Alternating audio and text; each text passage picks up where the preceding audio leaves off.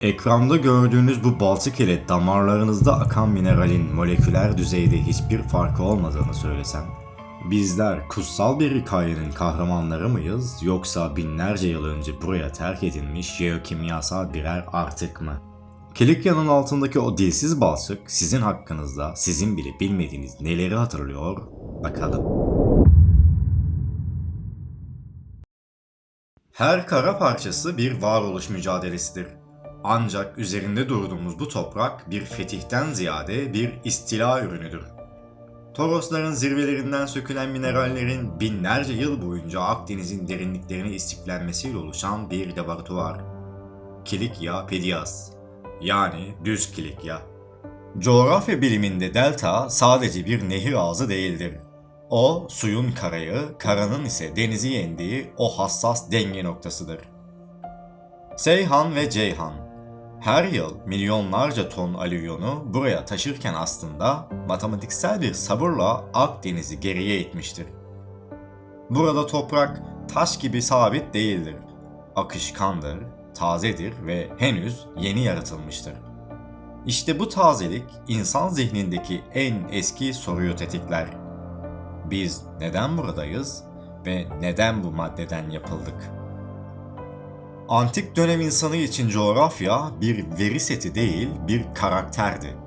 Kilikya'nın bu vahşi sel baskınlarıyla dolu alüvyal doğası mitolojide kendine devasa bir yer buldu. Typhon. Toprak ana Gaia'nın gökyüzünün düzenine karşı balçık ve dumanla yarattığı o kontrolsüz kaosun adıydı Typhon. Doğum yeri ise tam burasıydı. Kilikya'nın derin obrukları. Typhon aslında ehlileştirilmiş Çukurova'dır. Kontrolsüz akan nehirlerin, bataklıkların ve her şeyi yutan balçığın vücut bulmuş hali. Bölgenin gerçek yerlileri olan Kizuvatna halkı bu ıslak coğrafyada hayatta kalmanın sırrını toprağın bu değişken yapısıyla uyum sağlamakta buldu. Hititlerden bile önce bu alüvyonun üzerinde yükselen medeniyet toprağı sadece tarım için değil, ruhsal bir arınma alanı olarak gördü.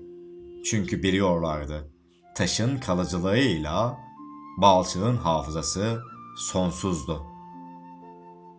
İnsanlığın hemen her yaratılış anlatısında karşımıza çıkan o ortak materyal çamur veya daha bilimsel adıyla alüvyon. Neden mermerin soylu sertliği veya kumun uçucu hürriyeti değil de balçığın o yapışkan, formsuz yapısı seçildi? Balçık, kaos ile düzen arasındaki geçiş formudur. İçinde hem suyu hem de toprağı aynı anda barındıran tek madde. Çukurova gibi delta ovaları dünyanın rahimleridir. Tohumu hayata döndüren o mineral zenginliği insana kendi özünü de orada aratmıştır. Bizler karnımızı doyuran o ıslak karanlığa bakıp ben de buyum dedik. Bu bir tevazu değil, coğrafi bir itiraftı. Gelelim sentezlenmiş sorulara. İnsan kutsal bir mucizenin ürünü mü, jeokimyasal bir mecburiyetin ürünü mü siz karar verin.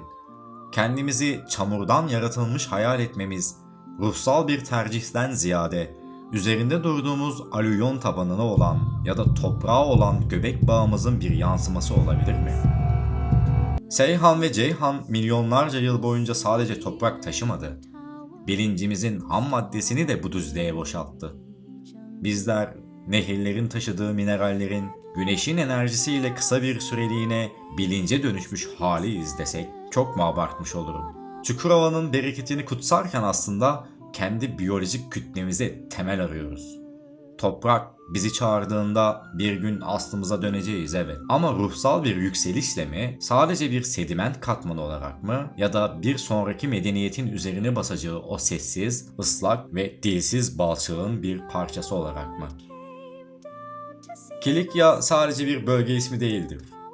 O, tozun, suyun ve insanın tek bir formülde birleştiği o kaçınılmaz sondur. Ben Geokodex. Bir sonraki videoda görüşünceye kadar yerin üstünde kalın ve hoşça kalın.